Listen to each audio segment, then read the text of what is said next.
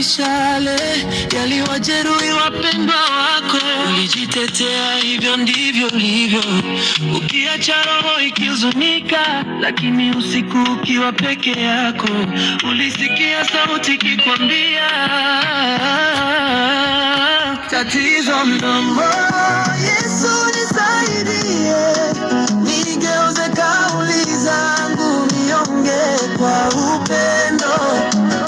Tatizo mdomo, Roho nitakase, maneno yangu yote yawe baraka. Tatizo mdomo, Yesu nisaidie, nipumue kwanza niseme baadaye. Tatizo mdomo nakuletea, ugeuze ushuhuda wa neema.